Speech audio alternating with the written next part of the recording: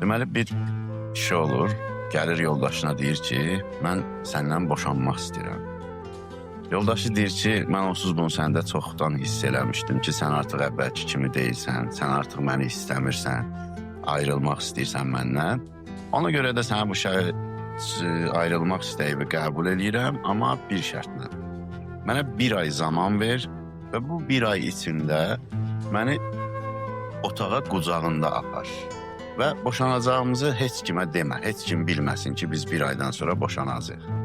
Oğlan ayrılmaq istədiyinə görə razılaşır, deyir, hə, yaxşı və başlayır. Birinci gün oğlan yoldaşın qucağında götürüb otağa aparanda ikisi də çox utanırlar. Uşaqları, övladları qıraqdan baxır, gülümsüyürlər, belə xoşbəxt görsənirlər.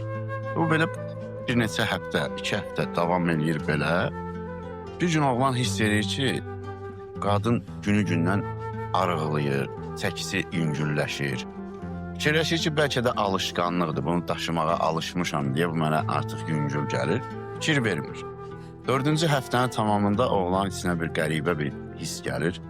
Baxır ki, uzun illərdir diqqət eləmədiyi qadın, üzündə qırışlar, saçında ağ dənlər, gözündə o sevgi dolu baxışlar var. Bu oğlana çox təsir edir və gedir sevgilisinə deyir ki, mən fikrimi dəyişdim, yoldaşımdan boşanmayacağam. Qayıdır, gəlir evə, gəlir görür ki, yoldaşı vəfat edib. Həkim də başının üstündə durub.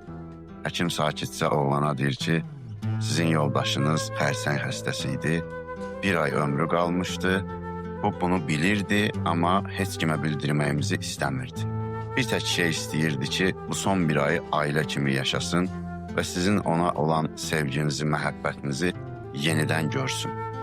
Oğlan dizlərini atır yerə, hönkür-hönkür ağlayır və başa düşür ki, insan sevdiyinin qədrini itirəndən sonra başa düşür. Taş duvarlar